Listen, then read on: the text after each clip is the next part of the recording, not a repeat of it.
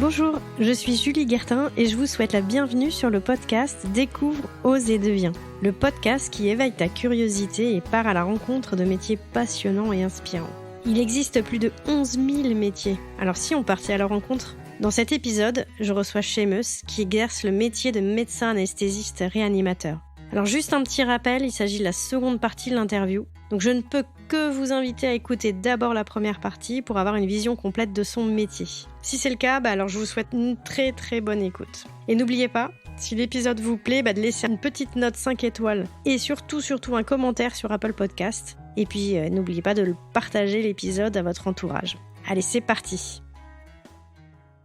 Moi, j'aimerais bien te poser des questions, en fait, m'imaginer au sein du bloc et je voudrais justement comprendre un peu les relations que tu as avec les chirurgiens. J'ai 2 questions par rapport à ça. La première, c'est quel rapport tu as avec eux et quel est ton rôle de contre-pouvoir ? C'est-à-dire, est-ce que tu as ce pouvoir-là de dire aux chirurgiens « Stop, vous arrêtez l'opération parce que là, le patient, il est plus assez stable, donc vous vous débrouillez, mais on arrête là, on peut pas le maintenir sous anesthésie. » Est-ce que ça fait partie de ton périmètre de pouvoir ? Oui, tout à fait, ouais. Alors effectivement, avec les chirurgiens, c'est historiquement, il y avait un binôme anesthésiste-chirurgien qui était très asymétrique dans l'autorité, c'est-à-dire que les chirurgiens, c'était un petit peu le grand roi. Les anesthésistes, c'était pas encore structuré comme aujourd'hui en tant que spécialité médicale, donc il y avait vraiment beaucoup d'autorité de la part du chirurgien. Mais ça, c'est des choses traditionnelles, quoi, historiques. Maintenant, ça s'est équilibré et les chirurgiens, bon, déjà, il y en a beaucoup, ce sont nos amis à la base parce qu'on est formés ensemble à la fac, on fait nos internats ensemble, on se voit en dehors. Donc il y a un petit peu moins de différence d'autorité entre chirurgiens et anesthésistes. Après, c'est vrai que ce qui est parfois très difficile, c'est qu'on joue des partitions différentes à des temps différents. On a parfois des contraintes qui sont antagonistes. Et on a parfois beaucoup de compromis à faire pour que chacun soit satisfait. À la fois, le chirurgien va faire des compromis pour que l'anesthésie se passe bien. Et l'anesthésiste doit faire des compromis pour que la chirurgie puisse passer des caps parfois délicats. Tu peux nous donner un exemple, juste que je comprenne, en fait. Enfin, un exemple, tu vois, juste que je sois sûre de bien comprendre quand tu parles de compromis. Quels peuvent être les points sur lesquels vous souhaitez pas la même chose, en fait? Parfois, il y a des techniques chirurgicales qui peuvent être plus simples ou que le chirurgien préfère, mais qui vont être génératrices de plus de complications vu l'état du patient ou ses antécédents. Dans ces cas-là, on aura tendance parfois à devoir imposer un choix de technique au chirurgien. Et à l'inverse, s'il nous dit ok, je comprends, mais je suis vraiment obligé de faire cette technique-là pour telle raison. Dans ces cas-là, on essaie de trouver un compromis dans la zone de négociation. Et puis, Ouais, ok. Et donc ça veut dire que ces discussions, elles ont lieu dans le bloc, en fait. Ouais, elles ont lieu aussi parfois en amont, c'est-à-dire quand on voit les patients en consultation, on se dit oulala, là on va aller au carton si on part sur ce que le chirurgien a prévu. Donc on essaie de voir avec lui, on l'appelle, on lui envoie des mails. Et en général, ça se passe très bien. Enfin, peut-être que dans d'autres centres, ils vont rigoler parce que ça se passe pas comme ça. Mais nous, là où je travaille, on a énormément de chance. C'est-à-dire qu'on a des chirurgiens qui sont très performants, qui sont très faciles à gérer, très accessibles à l'écoute aussi. Et effectivement, comme tu l'évoquais, parfois on est obligé d'arrêter des interventions parce qu'il y a des complications. Ou alors on fait un service minimum chirurgical et puis on essaye de sauver les meubles, quoi. Ouais, ok, je comprends. Et effectivement, j'imagine qu'en amont, tu vas pas du tout avoir le même protocole si l'opération dure une demi-heure ou si l'opération elle dure 10 heures, quoi. Donc forcément, il y a des discussions que vous devez forcément avoir avec le chirurgien en amont, quoi qu'il arrive, parce que forcément tu adaptes le protocole anesthésie, quoi. Ouais, tout à fait, ouais. Et ouais, mais parfois c'est très difficile, mais c'est un peu comme au sein d'un orchestre, tu vois. Parfois t'as des partitions qui sont vraiment très différentes. T'as envie de prendre la main, mais lui il dit non, c'est pas ton tour. Ça peut être génératrice de conflits et parfois c'est ce qui te fatigue plus pendant la journée, plus que l'anesthésie en elle-même. Ok, ça marche. Et alors une autre question par rapport aux chirurgiens, et tu l'as un peu évoqué tout à l'heure en introduction. C'est vrai qu'ils sont sur le devant de la scène, c'est eux qui se trouvent sous le feu des projecteurs. Et d'ailleurs, par exemple moi en tant que parent, évidemment que la personne que j'ai envie de voir en salle de réveil, c'est évidemment le chirurgien qui s'occupait de mon fiston, tu vois. Et c'est avec lui qu'on va beaucoup parler. C'est d'ailleurs avec lui que j'ai le plus de contacts en amont d'opération. Bref, c'est lui qui a tout, qui tire la gloire en fait de la réussite. C'est normal, hein. C'est normal parce que la demande du patient, elle est avant tout chirurgicale, donc ça, Ouais, mais comment vous vivez ça? Parce que presque, en fait, franchement, honnêtement, je pense que je me souviens jamais de la test des anesthésistes, tu vois, parce que bon, voilà, alors que je me souviens très très précisément de la tête du chirurgien. Donc, comment tu vis ça et est-ce que c'est pas compliqué parfois d'être dans l'ombre et de pas avoir la reconnaissance, ne serait-ce que des patients, alors que vous faites un boulot qui est fondamental, quoi? Je crois que je te l'ai évoqué, on est un petit peu comme la position du bassiste dans le groupe de rock, tu vois, on n'est jamais sur la pochette. On nous remarque que quand on n'est pas là, en fait.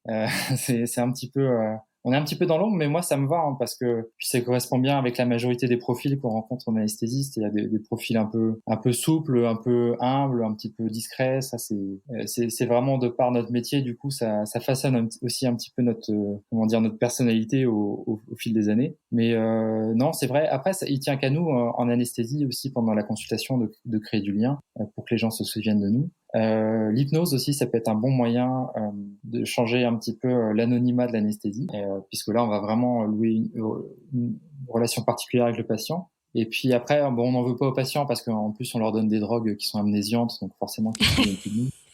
On est tous masqués. Quand ils sont sur la table d'opération qui est toute froide et toute raide, ils ont autre chose à penser qu'à qui est mon anesthésiste. Oui, ça c'est Donc clair. moi, ça me va ce rôle-là, quoi. Donc il y a pas de souci avec ça. C'est sympa d'être dans l'ombre aussi, hein. Et d'ailleurs, on peut pas être trop dans la lumière parce que les profils de cow-boy en anesthésie, c'est très très dangereux. Ah, ça c'est intéressant. Pourquoi? Parce que du coup, il faut être super équilibré et pas vouloir penser qu'on est tout puissant et Ouais, exactement. Faut être très très modeste, très humble. Des fois, on met en place des stratégies super complexes. On se dit ça va marcher à 100%, puis forcément ça foire. Donc, faut ravaler un petit peu son ego. Faut aussi accepter les erreurs qu'on fait. Ça, c'est parfois très difficile. Faut accepter que quelqu'un te dise que tu fais pas du bon travail. Et parfois, quand t'es fatigué, c'est un peu dur à entendre parce que t'avais juste envie de faire telle technique et puis ça marche pas. Ça peut être très très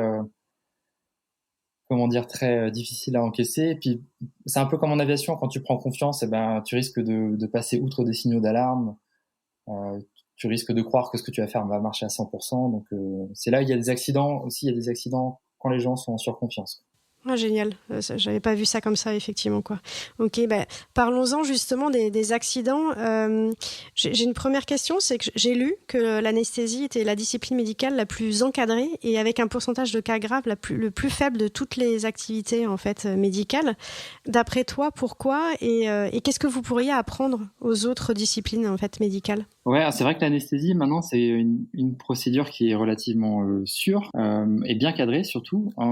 Ça a vraiment suivi un historique sur plusieurs plans qui a permis d'avoir autant de sécurité. C'est surtout un encadrement législatif qui est très, très strict. C'est-à-dire que tu peux pas faire une anesthésie comme ça dans des locaux qui sont inadaptés. Il y a vraiment une réglementation qui encadre l'exercice de façon très stricte. Il y a aussi des avancées pharmacologiques, comme je l'évoquais, donc avec des médicaments qui ont des profils un peu plus sûrs maintenant, avec un peu moins d'effets secondaires, un peu moins d'accumulation, qui font un peu moins travailler le cœur, par exemple. Donc, qui diminuent un petit peu le stress pour le patient. Ce sont des drogues, du coup, qui ont des impacts un petit peu moindres sur la physiologie des patients. Et aussi, alors, sur le même modèle que l'aviation, je suis désolé, j'y reviens beaucoup, hein, mais on a l'étude du facteur humain qui a permis des grandes avancées aussi.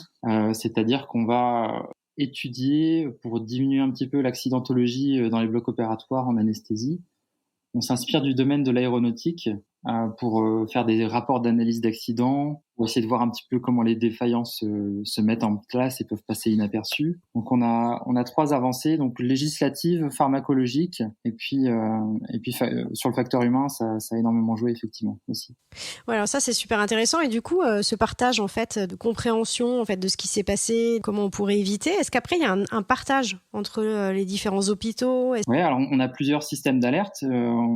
à l'échelon local sur l'hôpital, on a ce qu'on appelle des réunions de morbi-mortalité. Donc, c'est-à-dire une fois qu'il y a eu un incident, alors c'est pas forcément un accident, mais ce qu'on appelle les presque accidents, c'est-à-dire des choses qu'on a rattrapées par les cheveux. Et ben on peut les poser sur table, un petit peu analyser tous les facteurs qui ont pu arriver à la genèse de l'accident. Donc ça, c'est un premier retour. Ensuite, on a nos sociétés savantes qui parfois publient des cas de façon un petit peu formelle sous forme d'articles pour essayer d'alerter un petit peu la communauté sur des risques émergents ou qui étaient jusque-là passés inaperçus. Et on a aussi, alors ça se met en place récemment et c'est vraiment sympa. On a des groupes, je pense notamment au groupe Facteurs Humains en Santé. C'est une espèce de petit conglomérat de soignants et qui ont des activités très différentes, qui essayent d'en mettre en place des systèmes de recueil d'alerte très précoces et qui peuvent être partagés de façon anonyme. Et c'est très important parce que pendant longtemps en médecine, il y a eu la culture de la punition lors des erreurs. Et du coup, il y a beaucoup de choses qui ont été mises sous silence juste parce que les gens voulaient pas être punis ou voulaient pas être, montrés du doigt. Et donc là, on commence à mettre en place ou à réfléchir à des systèmes qui seraient non punitifs, mais qui permettraient de refaire émerger les erreurs de façon plus rapide. Ouais. Être donc plus dans une logique d'apprentissage que de punition, quoi. Et dans le cas d'un échec, comment vous le vivez, comment t'arrives à encaisser, en fait? Ouais, en fait, il faut être bien dans sa tête, c'est-à-dire qu'il faut réussir à compartimenter un peu les émotions et les états d'âme, ne serait-ce que parce que après il y a un autre patient qui attend et il faut pas rester fixé sur l'incident précédent. Mais effectivement, c'est parfois très très difficile, notamment quand on a des échecs ou des choses qui se passent pas très bien. Catégorie de patients, sur lesquels on se projette facilement, comme les femmes enceintes ou les enfants. Là, c'est parfois plus difficile d'accepter des erreurs, quoi. Après, on navigue en permanence dans l'erreur, c'est-à-dire qu'on a en permanence des micro-ajustements ou des plans A, des plans B, des plans C, pour toujours retomber sur nos pattes. Mais ouais, il faut être extrêmement bienveillant dans les blocs, sinon les gens y plongent à la moindre erreur, quoi. Ouais. Puis après, quand tu parles d'erreur, mais en fait, c'est que c'est surtout des activités qui sont avec un facteur de risque qui est super important. Donc, c'est pas, il peut arriver un malheur, mais c'est pas forcément lié à une erreur. C'est lié juste à un facteur risque. Ouais, ce qu'on appelle l'aléa thérapeutique, c'est-à-dire parfois il y a des complications qui surviennent qui étaient absolument pas prévisibles. Je pense par exemple à des réactions allergiques graves qui se terminent mal ou des choses comme ça. Dans ces cas-là, toi c'est terrible parce que tu es la personne qui a injecté la drogue, donc tu es directement responsable de ça, mais c'est pas de ta faute, quoi. Et puis les défaillances et les erreurs se propagent très très vite sur le patient, donc ça peut être parfois difficile à encaisser, quoi. Et vous devez sûrement, à un moment donné, trancher, quoi. C'est-à-dire qu'il faut prendre une décision rapidement, sous le stress, sous la pression. Comment tu fais pour gérer cette pression-là ? On essaye de la gérer, d'une part en étant formé au maximum, que ce soit une formation théorique ou par entraînement, comme je l'évoquais avec la simulation. Et voilà, il y a un truc qui marche bien, c'est de verbaliser à voix haute ce qu'on fait, ce qu'on pense faire, pour que les autres puissent se rattraper à notre schéma mental, par exemple. Si jamais on part dans l'erreur, ils seront capables de verbaliser attends, mais pourquoi est-ce que tu injectes ça? Pourquoi est-ce que tu prends cette décision? Ça, c'est très important. Il y a beaucoup de facteurs humains aussi pour gérer la pression. D'où l'importance du binôme, en fait, aussi avec l'infirmier anesthésiste. Quand tu dis verbaliser, c'est aussi parce que tu vas avoir un contre-pouvoir et un regard extérieur qui te permettra de t'aider aussi dans la prise de décision, quoi. Ouais, moi, le binôme médecin anesthésiste et infirmier anesthésiste, je le trouve relativement équilibré, c'est-à-dire que l'infirmier, il peut servir à la fois de contre-pouvoir, il peut à la fois servir de rattrapage quand on fait des erreurs. Moi, je sais que parfois, quand il est 5 heures du matin et que j'en peux plus d'être là depuis presque 24 heures, je verbalise le fait que je suis crevé et je lui dis, hésite pas à me corriger si je fais des conneries, quoi. Il y a pas de souci, quoi. Ouais. Faut vraiment mettre son ego de côté pour pas fixer sur les erreurs. Ok. Alors, une question, en fait, qui est peut-être plus liée à la réanimation qu'à l'anesthésie. Tu sais, il y a régulièrement des débats sur le fait de est-ce qu'il faut réanimer tout le monde? Est-ce qu'il y a des gens qui l'atteinte a peut-être été trop importante. Tu vois, tu peux avoir ce genre de débat sur un nourrisson qui a eu un cordon trop longtemps et donc il risque d'y avoir des séquelles. À une personne un peu plus âgée, qui est restée 20 minutes après une crise cardiaque sans oxygénation, est-ce que ça vaut le coup de le réanimer? Voilà, comment toi tu perçois les choses et notamment par rapport au serment d'Hippocrate, etc. Enfin, comment tu te prépares à ça? Ouais, c'est une question, waouh, c'est c'est vraiment complexe. Je sais pas si je vais réussir à verbaliser correctement.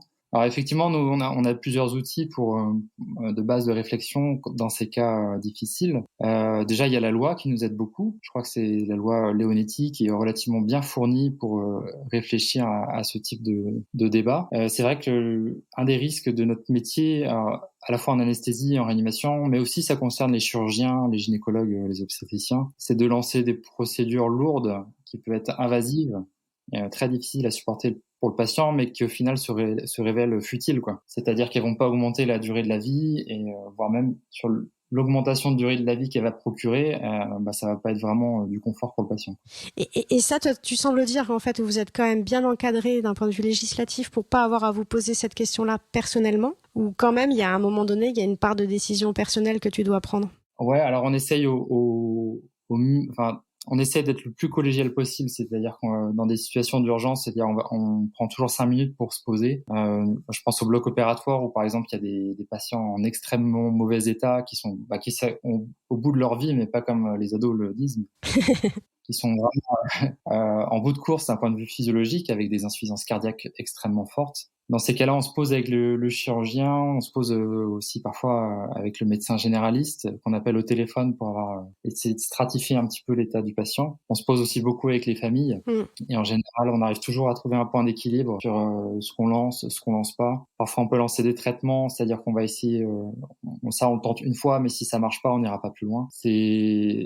C'est vrai que ce sont des décisions qui sont parfois difficiles, mais on est aussi aidé par les équipes de soins palliatifs qui peuvent être une ressource au sein des hôpitaux et qui ont parfois des très bonnes idées pour gérer, par exemple, des symptômes résiduels comme la douleur qui peuvent être très difficiles à prendre. Effectivement, là, maintenant, beaucoup dans nos études, on nous apprend que la mort, c'est pas forcément un échec. Et parfois, c'est juste le dernier jour de la vie des gens. C'est comme ça, faut l'accepter. Et parfois, les gens sont capables aussi de nous dire ce qu'ils veulent ou pas, quoi. Donc, on en parle souvent, mais en médecine, c'est plus facile d'accélérer que de freiner, quoi. C'est exactement ça. On apprend beaucoup à accélérer pendant nos études, mais assez peu à freiner.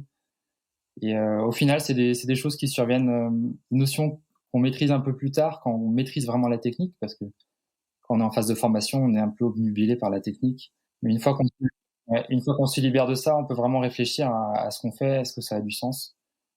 Et dans la grande majorité des cas, on arrive à trouver une solution, du moins au bloc opératoire. Après, dans les réanimations, ils ont aussi d'autres problématiques qui sont un peu différentes. Ouais, je me prononcerai pas à leur place parce qu'ils ont des outils cognitifs qui maîtrisent un peu plus que moi sur les patients chroniques de réanimation qui peuvent être parfois très difficiles à gérer. C'est-à-dire, en gros, tu fais match nul contre la mort, quoi. Tu maintiens de façon artificielle. Tu peux maintenir indéfiniment la personne en vie, mais ça a aucun sens. Pourquoi faire, quoi. Ouais, bon, ça m'intéresserait beaucoup de rencontrer du coup une personne qui exerce ce métier-là. Après, effectivement, tu évoques en fait la médecine un peu occidentale, après, qui parfois n'est pas très concentrée sur, on va dire, le bien-être. Ouais, c'est tout à fait passionnant parce que nous, en tant que médecins, on est parfois aussi amené à passer de l'autre côté de la barrière et puis on se rend compte un petit peu de l'univers qu'on peut être parfois amené à créer et puis parfois on se dit oh là là, qu'est-ce que je fais en fait. C'est marrant ce que tu dis dans le fait de passer de l'autre côté de la barrière parce qu'en fait, parfois quand j'étais un peu énervée, on va dire, à l'hôpital, j'imaginais en fait dire mais purée, dans leur cursus, il faudrait qu'on leur pète tous une jambe, qui vivent un moment en fait de douleur où ils se retrouvent dans une chambre d'hôpital avec pour vivre de l'autre côté patient en fait. Qu'est-ce que ça veut dire que de vivre la douleur et de voir des gens passer dans la chambre voilà, encore une fois les choses ont vachement évolué, mais moi j'ai des souvenirs de gens, ils rentraient dans la chambre, ils se présentaient pas, avec des blouses blanches, un gamin de 5 ans, il est effrayé, les parents aussi, et je trouve que les choses ont vachement changé quand même maintenant. Alors, ne serait-ce qu'en 10 ans, il y a eu vachement plus de travail de communication, je trouve. Ouais, et puis comme tu l'évoquais avec les enfants aussi, on essaie de changer nos approches parce qu'on s'est rendu compte que ça générait beaucoup de stress post-traumatique, le fait de passer au bloc pour un enfant. Et puis tu avais des épisodes. Alors ce qui est vraiment intéressant, c'est que les enfants peuvent mémoriser, mais de façon non consciente, c'est-à-dire que c'est des états d'anxiété après des prises en charge peut-être un peu brutales au bloc opératoire qui vont se manifester sous forme de cauchemar ou d'anxiété, tu vois, à la maison après, ou des gamins que tu peux plus jamais approcher à l'hôpital parce que ça y est, ils t'ont perdu leur confiance et c'est terminé. Donc c'est des approches qu'on essaye de changer. Alors, je sais pas si tu en as entendu parler. Nous, il y a une association au niveau national qui s'appelle les Petits Doudous, qui essaye un petit peu d'amortir un petit peu le passage au bloc opératoire pour les enfants, vraiment en prenant le temps, en centrant toute la démarche sur l'enfant, et ça permet un petit peu de réduire la forte asymétrie qu'il peut y avoir parfois entre un soignant et son patient. Tu vois, maintenant, parfois on les fait venir dans des petites voitures électriques, les enfants. Ils ont des tablettes au bloc. Enfin, c'est vraiment, on arrive à jouer sur la distraction, c'est-à-dire tout le processus opératoire, en fait, finalement, il est quasiment pas intégré pour l'enfant, quoi.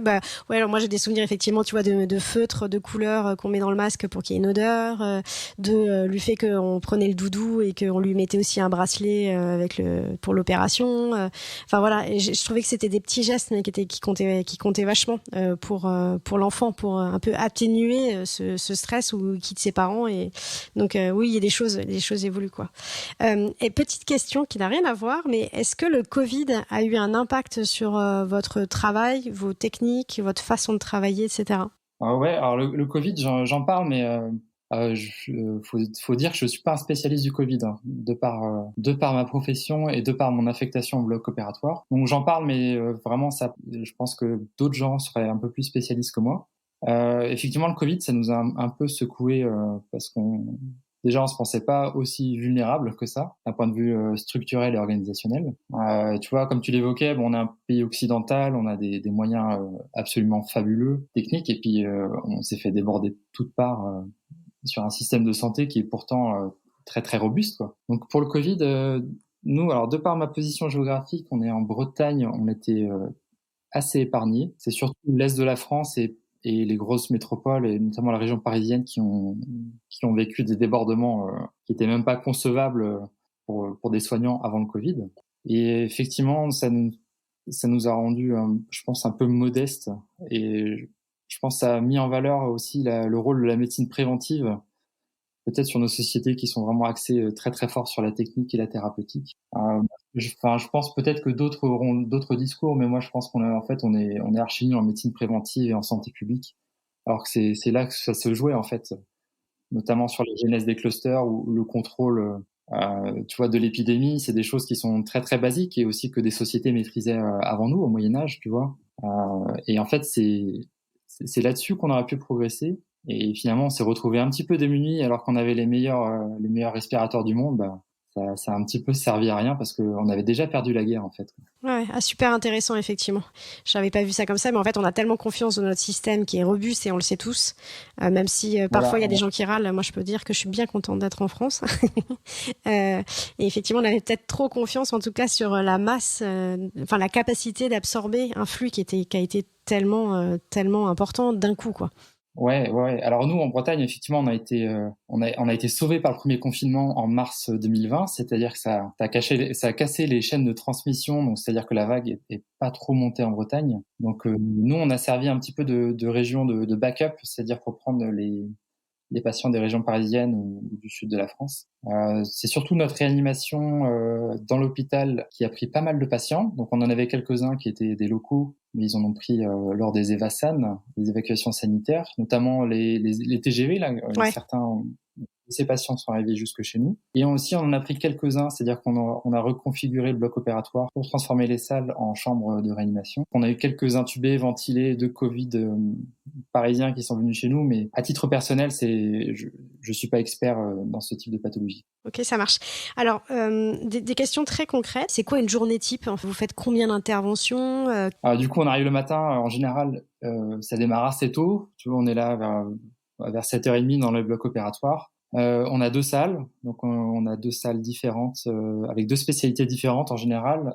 Donc on a soit de la gynécologie dans une salle, soit par exemple de la chirurgie digestive dans l'autre. Et on va alternativement lancer les anesthésies un petit peu de part et d'autre, et puis surveiller les points chauds, les temps chauds chirurgicaux entre chaque salle. Et sachant que dans chaque salle, il y a un infirmier qui reste et qui va servir de sentinelle pour détecter les erreurs précoces, quoi. Ensuite, j'endors les patients, on les réveille, et on tourne, et puis voilà, on peut être amené à enchaîner peut-être une dizaine d'interventions comme ça dans la journée. Le problème, c'est que parfois des interventions sur le papier peuvent être considérées comme simples, c'est-à-dire qu'on les prend pour 10 minutes, mais finalement l'état sous-jacent du patient fait que ça doit prendre plus que 10 minutes. Donc on se retrouve avec des programmes qui débordent et puis tout le monde râle dans le bloc. Enfin, il y a beaucoup de pression de production. Ça aussi, c'est quelque chose qui est assez délétère dans nos métiers. Et parfois, on peut être aussi amené à enchaîner. Du coup, le soir, on reste au bloc opératoire, c'est-à-dire qu'on enchaîne sur la garde. Et là, on va être amené à faire de l'activité d'urgence, comme les accidentés de la route, les appendicites, enfin tout ce qui est indifférable. Et du coup, les systèmes de garde, en fait, c'est quoi? C'est très régulier, c'est très récurrent, c'est quoi comme rythme? Ouais, alors c'est les gardes, ça casse un petit peu, c'est un peu fatigant. Donc c'est des gardes de 24 heures qu'on fait. Donc on arrive le matin à 7h30, 8h et on repart le lendemain à 8h. Et donc soit on est affecté au bloc opératoire pour les gardes, soit on est affecté à la maternité. Et dans ces cas-là, en fait, on est sollicitable à toute heure de la nuit pour faire les interventions d'urgence. On dort pas très bien en garde, même si on n'est pas sollicité, on a le téléphone avec le fil à la patte, ça peut être un peu difficile, excuse-moi, d'embrayer sur les rythmes de vie. Quand tu rentres chez toi, que t'as les enfants en bas âge, ça secoue un peu. Ça se télescope avec les rythmes familiaux et sociaux. Et ça, c'est vraiment un des points négatifs du métier. Bon, mais ça, de tous les métiers un peu en milieu hospitalier, hein, quel qu'il soit, en fait, quand même. Ouais, puis au final, en fait, tu te rends compte maintenant dans nos sociétés, il y a énormément de gens qui se mettent à travailler le dimanche ou qui ont un travail de nuit, tu vois, un travail posté, ils font les 3-8. Enfin, il y a vraiment, on subit aussi la fragmentation du milieu du travail de nos sociétés modernes. Et alors toi, t'as fait le choix, je crois, de n'exercer qu'en hôpital public, si je me trompe pas. Oui, tout à fait, ouais. Et je peux te demander pourquoi, parce que je pense qu'il y a des opportunités dans le privé. C'est un métier qui est extrêmement demandé, anesthésiste. Ouais, alors effectivement, traditionnellement, il y a des écarts de salaire qui sont très très forts entre le privé et le public. Il y a l'exercice libéral en clinique, ça peut être, je sais pas, je dis peut-être 3 ou 4 fois mon salaire en général, surtout en début de carrière, donc ça peut être extrêmement attractif. Mais moi, j'avais fait le choix de rester à l'hôpital public parce que j'aime bien faire des urgences en garde, j'aime bien faire des activités qui font peut-être pas forcément à la clinique. Ouais, c'est deux approches différentes. Après, ils travaillent très bien en clinique aussi, hein, ils sont très efficaces, ça travaille très vite. Ils ont parfois, c'est vrai, des flux de patients. Ils absorbent des flux de patients que nous on fait pas parce qu'on est peut-être un peu plus lent à l'hôpital public parce qu'on a des patients peut-être un peu plus lourds. On a des temps de formation aussi avec les internes. Mais non, et puis je trouvais l'idée du public quand même, c'est quand même quelque chose qui est assez magique. À l'échelon planétaire, ça n'existe pas toujours hein, de pas sortir le portefeuille quand tu arrives à l'hôpital et de pouvoir compter sur la solidarité nationale. Ça, c'est quand même quelque chose qui est quand même assez incroyable et ça vaut le coup de se bagarrer et de rester dedans pour essayer de maintenir le bateau à flot, quoi. Écoute, je sais que tu as 2 autres projets que tu mènes en parallèle. Alors, le premier, c'est que tu es chercheur associé auprès du laboratoire de psychologie cognitive à Vannes. Et qu'est-ce en fait, qu'est-ce que tu y fais? Alors ça, c'est toujours dans la même démarche de comprendre un petit peu les processus décisionnels qu'on pouvait avoir dans l'urgence. Et du coup, par affinité, je me suis rapproché d'eux. Je les ai croisés lors d'un exercice de simulation. Et en fait, c'était absolument fascinant parce que donc ce sont des ergonomes cognitifs qui travaillent à l'université. Et eux, leur spécialité, ça va être un petit peu d'analyser les raisonnements que tu peux avoir dans l'urgence, toutes les erreurs que tu peux faire. En fait, ils arrivent, ils ont des modèles pour structurer ça un petit peu. Et ils vont vraiment réussir à mettre en lumière les angles morts de nos processus décisionnels dans l'urgence, tout ce qui est biais cognitif, etc.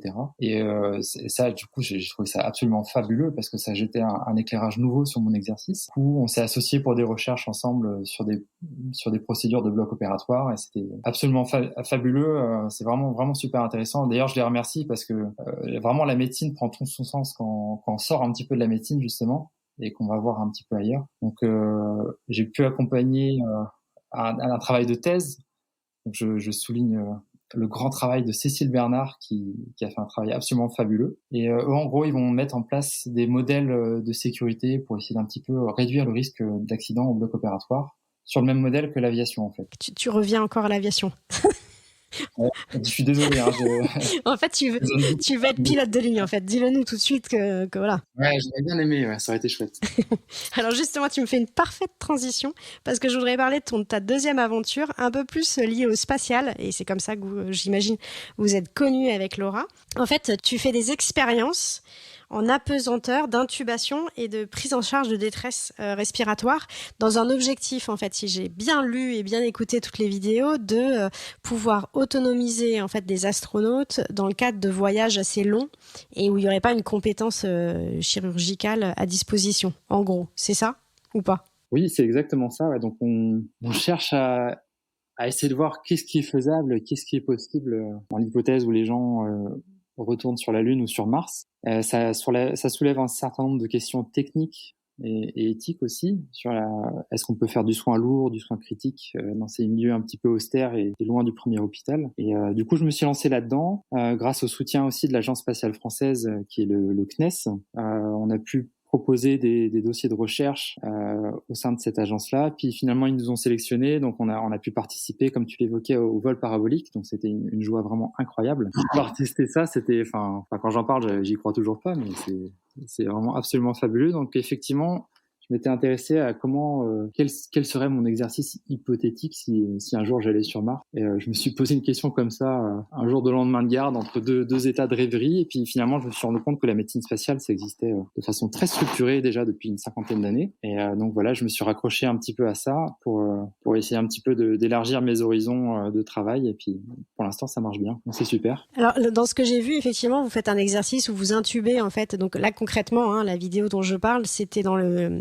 vol, je sais pas comment ça s'appelle, 0G, enfin, en gros, qui simule la pesanteur et qui, du coup, pendant les quelques secondes ou minutes où vous êtes en apesanteur, en fait, vous essayez d'intuber, en fait, un mannequin pour essayer de reproduire les conditions dans lesquelles serait un astronaute en situation de détresse. C'est bien ça, c'est ce qui s'est passé. Ouais, c'est exactement ça. En fait, on étudie un geste d'urgence comme l'intubation. Donc, c'est vraiment un grand classique de la médecine d'urgence qui peut être amené à faire par les médecins urgentistes, les anesthésistes, les réanimateurs, les cardiologues aussi. En gros, on s'est demandé comment ce geste était faisable sous la contrainte de l'apesanteur, parce que quand on place des êtres humains dans l'apesanteur, ça modifie un petit peu notre champ de perception, notamment au niveau vestibulaire, au niveau moteur. Donc, c'était pour voir un petit peu l'impact de cette contrainte environnementale sur un geste d'urgence. Et pourquoi l'intubation plutôt que, je sais pas, recoudre, faire une transfusion sanguine, enfin j'en sais rien. Pourquoi plus ça que plus ce geste qu'un autre? On s'est focalisé sur l'intubation parce que c'est vraiment quelque chose qui pourrait théoriquement être amené à être réalisé lors des futures missions spatiales. En gros, l'intubation, elle va servir à sécuriser ton apport en oxygène dans le poumon chez un patient en état critique. Ça peut être un patient qui est dans le coma, un patient qui a fait un arrêt cardiaque ou un patient qui doit bénéficier d'une intervention chirurgicale. Tu vois, par exemple, s'il faut faire une appendicite sur Mars, là, ça va être un peu compliqué. Donc, on s'est focalisé là-dessus, d'une part parce que moi, c'est un geste que je fais tous les jours au bloc opératoire, donc j'avais une bonne base derrière pour un petit peu le transposer dans ce milieu-là. Et puis, effectivement, on sera amené à tester d'autres procédures d'urgence en apesanteur, je l'espère, ces prochaines années. Alors, il y a beaucoup de choses qui ont déjà été faites en apesanteur.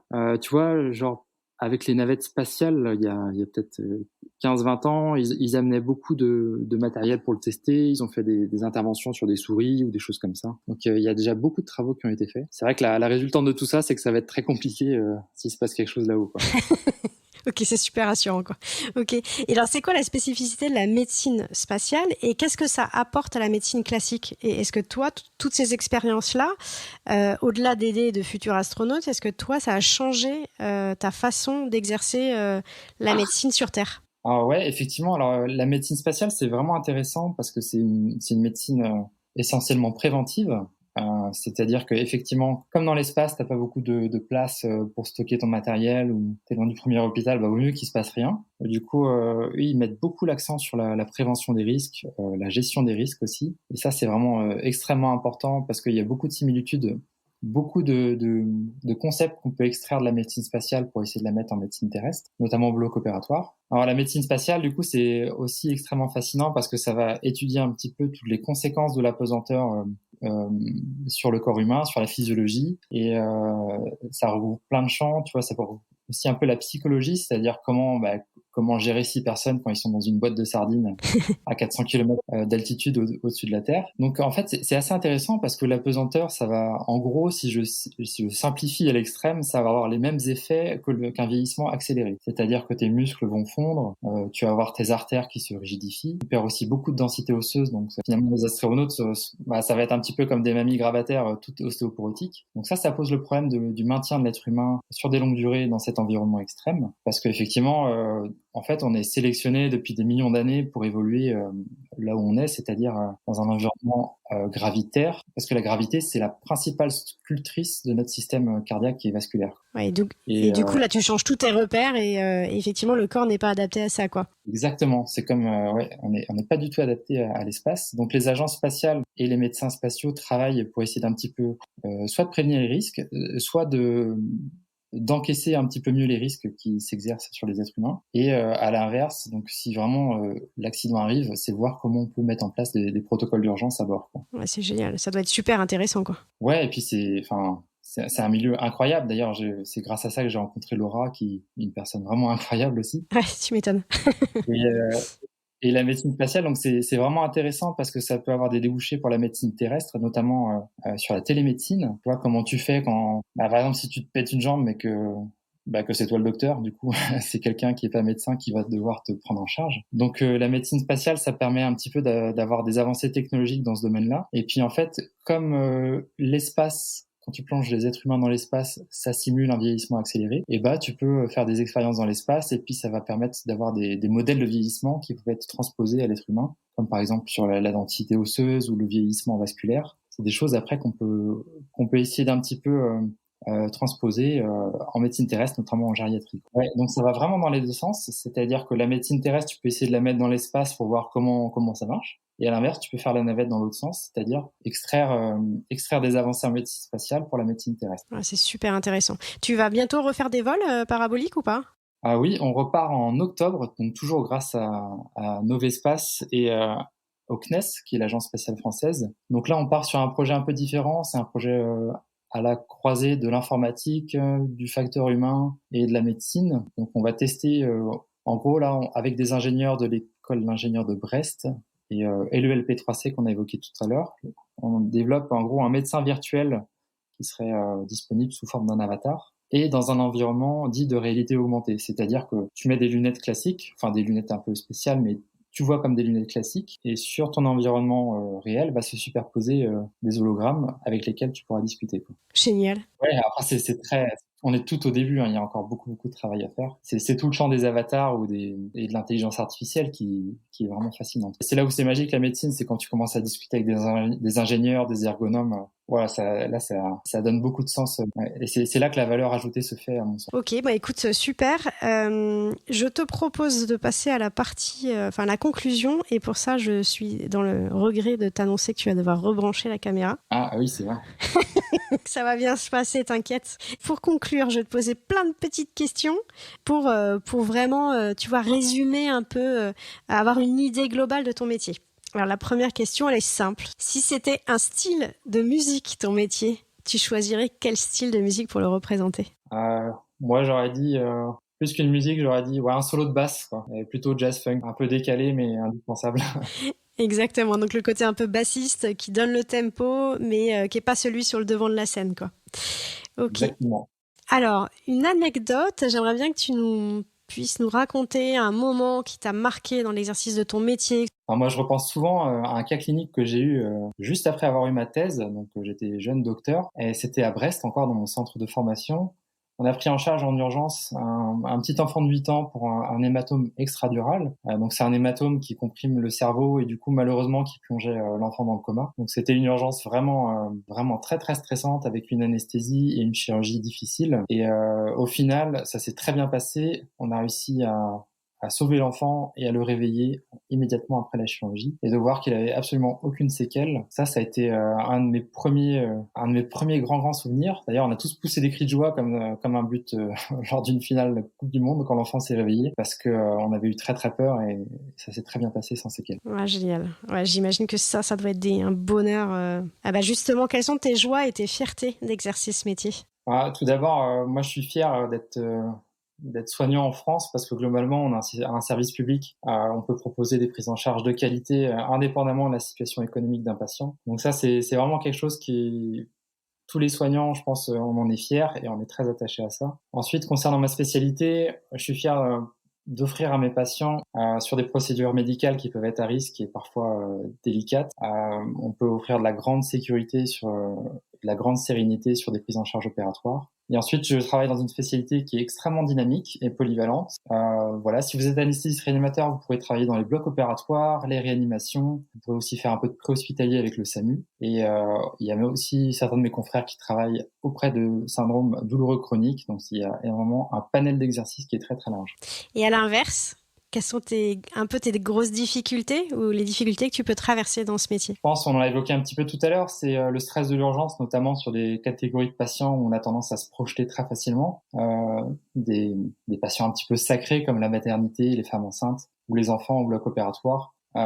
Les échecs de prise en charge peuvent être parfois très durs à encaisser. Et ensuite, il y a pas mal de stresseurs cognitifs avec le travail de nuit, le travail en horaire décalé, que je pense beaucoup de gens en France connaissent. Mais c'est vrai que quand je sors de 24 heures de garde, je pense que je suis pas forcément le poisson le plus frais du marché, comme on dit. Ok. Et c'est du coup la difficulté aussi, ce que tu disais tout à l'heure, c'était de réguler en fait l'équilibre pro-perso aussi, parce que c'est compliqué. Quand tu as encaissé beaucoup de responsabilités de stress pendant 24 heures, tu es juste claqué, quoi. Ok. Quelles sont les qualités pour toi qui sont nécessaires si tu veux exercer ce métier? Ouais, je pense qu'il faut être humble parce que l'excès de confiance peut être délétère. Voilà, faut être humble, discret, et puis être, je pense, bien équilibré aussi dans sa vie perso pour pas transférer au bloc opératoire. Ça, c'est juste. C'est marrant que tu mettes pas en avant le côté très performance et technique, mais t'as raison, en fait, c'est le facteur humain qui est le plus important, quoi, finalement.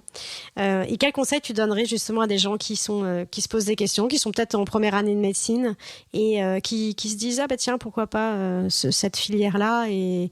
Moi, je leur donnerais le conseil que peut-être qu'ils vont découvrir cette spécialité un peu tard dans les études, mais c'est quelque chose qui vaut vraiment le coup. On a une maîtrise des gestes techniques qui est vraiment sympa. On a tout le côté facteur humain qui est en pleine expansion et qui est vraiment sympa à explorer. Et vous aurez du travail partout, non seulement en France, mais partout sur Terre aussi. On aura besoin de vous partout avec vos compétences. Donc ça offre une grande possibilité d'exercice pour vous par la suite.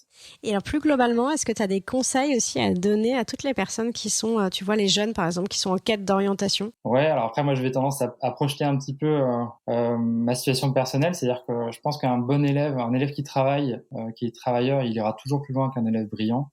Ça c'est quelque chose, il faut vraiment travailler de façon régulière et pas se reposer sur ses lauriers. Je pense que c'est une course d'endurance, c'est pas une course de vitesse. Et puis honnêtement, enfin, je pense il y a tellement de gens, c'est normal de pas savoir ce qu'on veut faire à 18 ans. Faut pas s'inquiéter avec ça. Ça va s'affiner au fur et à mesure des années, et puis tout le monde finit par trouver sa voie, quoi. J'espère. Bon, et si on veut suivre ton actu, tu vois, par exemple, par rapport à la suite de tes simulations de médecine spatiale, est-ce qu'il y a un endroit où on peut suivre ce que tu fais? Oui, alors tout à fait. Alors, moi, je suis sur les réseaux sociaux, donc des réseaux sociaux classiques comme Facebook, Twitter ou Instagram. J'essaie de poster un petit peu les derniers résultats de ces travaux et un petit peu les problématiques émergentes. Non seulement autour de l'anesthésie et réanimation, mais aussi de la médecine spatiale. Cool. Bon, je mettrai les liens, comme ça tout le monde pourra, ceux qui sont intéressés pour venir suivre. Génial. Écoute, un grand merci, voilà, de t'être prêté au jeu. Et Dieu sait si t'as pas aimé le fait qu'on ait branché la caméra. Alors, avant de se quitter, tu sais, j'ai toujours le même rituel, c'est que j'aimerais te demander en fait de passer le flambeau et du coup de me lancer le défi de partir à la découverte d'un autre métier. Est-ce que tu as pu y réfléchir? Ouais, alors moi je pense que, surtout au vu de l'actualité en ce moment, j'aimerais vraiment écouter un spécialiste de l'environnement, notamment quelqu'un qui se défend, qui travaille exclusivement sur cette thématique-là. Génial, j'ai jamais fait encore. Ouais, je pense que pour moi, ce serait super aussi que toutes les jeunes générations se motivent et s'orientent vers ces carrières-là parce que c'est grâce à eux qu'on va survivre, je pense. J'ai eu la chance, moi, de croiser alors des gens de l'équipage des expéditions Tara. Donc, ce sont des gens qui vont un petit peu sonder les océans de façon biologique, chimique, pour essayer d'un petit peu prendre le pouls de la planète. Si t'es d'accord, je t'orienterai vers Romain Troublé, qui est le PDG de Tara Expédition et qui sera ravi de répondre à tes questions. Ah, génial! Ah, mais quel invité, dis donc! Tu ouvres à nouveau un nouvel environnement, donc c'est top. Ouais, j'ai hâte de l'écouter en tout cas. Et écoute, je te souhaite des bonnes choses, des belles expériences sur les vols paraboliques en octobre. Ouais, merci, puis bon courage. Ouais, à très vite. À bientôt. Au revoir. Au revoir. J'espère sincèrement que cet épisode vous aura autant passionné que moi. Alors pour rentrer en contact avec Seamus, rien de plus simple, rendez-vous sur son compte Instagram Seamus Surf, tout attaché, et Seamus ça s'écrit S-E-A-M-U-S, et surf comme un surf. Alors si vous voulez donner un petit coup de pouce au podcast et donner de la visibilité à ce super métier, n'oubliez pas le commentaire sur Apple Podcast. Et puis surtout, s'il vous plaît, faites du bruit. Parlez-en à votre entourage, postez sur les réseaux sociaux, à votre voisin journaliste, bref. Aidez-nous à faire voyager le podcast. Allez, je vous dis à la semaine prochaine pour la découverte d'un nouveau métier.